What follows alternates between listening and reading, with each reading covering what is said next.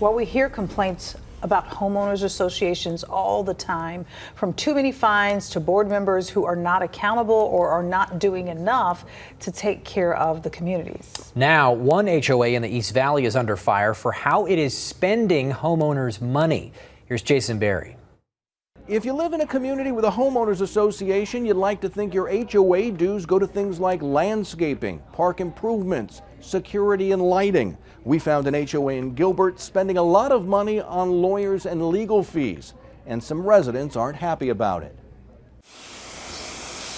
Unfair, like it's not right. Ann Jung spent a lot of time making her backyard beautiful. She only wishes her HOA would make the same investment, keeping up her community, especially with what they're paying in dues. You see that there's like faded paint, there's missing signs, there's graffiti, there's just all these outdated things that needed to be done, but yet we're not doing it. And it's an emotionally draining process. Jung is one of several homeowners in Gilbert's Power Ranch community that sat down with Arizona's family to talk about the serious concerns they have with how their homeowners association is operating.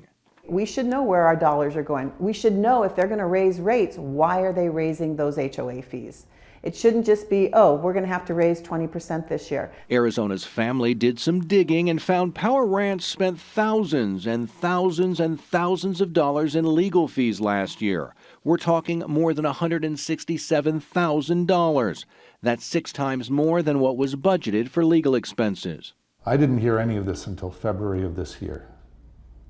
So my first thought was, what the heck's going on here? The reason Power Ranch is spending so much money on legal fees is this: a lawsuit the HOA filed in January of 2023 against a development in the Power Ranch community called Woodcrest East. The developer, Bella Flor, had purchased the land off Germain Road and Ranch House Parkway in 2019 with plans on building and selling 120 luxury condominiums. But then COVID hit, and Bella Flor decided it made more financial sense to rent out the condos instead, prompting the lawsuit.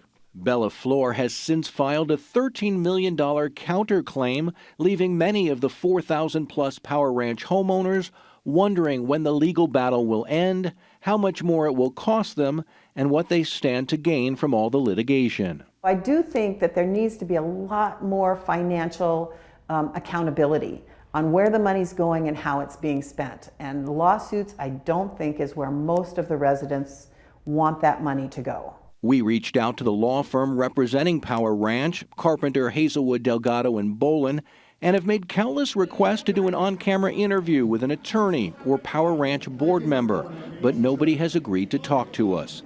The board did respond to a number of our questions in writing, providing some insight into the legal fight. The developer stated he planned to own all the dwelling units and rent them all out, to operate as if they were an apartment complex. This would negatively impact the association. Arizona's family has learned that homeowners in Power Ranch pay significantly more for HOA dues compared to renters. The board claims that by allowing the units to be rented out, it would result in an annual loss of more than $125,000 to the association each year. This is the approved design by Power Ranch. We sat down with Bella Flor Managing Director Carl Hewish to get his take on the lawsuits and what's going on. He said there is nothing in Arizona law that prevents them from renting out their condos. And nothing in the CCNRs for Power Ranch or Woodcrest East that prevents it either. I am perplexed by this litigation. It doesn't make sense. In over a year of litigation, it's never been pointed out to me what we're violating, what we're doing wrong. And the law in Arizona is very clear. Condominiums can be sold or they can be rented unless there is a specific prohibition found in the CCNRs. There is none. According to state statute 33-1260, an owner's unit or condo may be used as a rental property unless prohibited in the declaration of their community. Hewish said when they purchased the lot, which had sat vacant for more than a dozen years, it was clearly zoned for condominiums, and nothing has changed that, even if the Power Ranch board wants to call them apartments. The developer has been meeting with Power Ranch homeowners, hoping to ease any concerns they might have about the project. We're told construction is 65% complete and the first unit should be rented out in August. Hewish does not believe Power Ranch can legally stop him from renting out the condos. In his opinion, the drawn-out lawsuits are doing nothing but costing homeowners and his company a lot of money. We're pretty deep in. How much deeper can we go? So I don't know if it's going to be another $300,000 in legal fees. I don't know when this is going to end. We would rather take that money and make these condominiums more luxurious. But instead, we're having to use money to pay lawyers to fight this, what I consider to be very unnecessary litigation.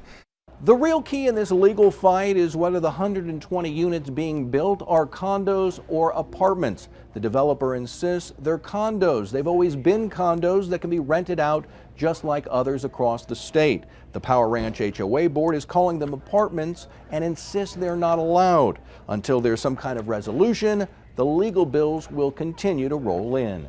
In the newsroom, Jason Berry for Arizona's Family.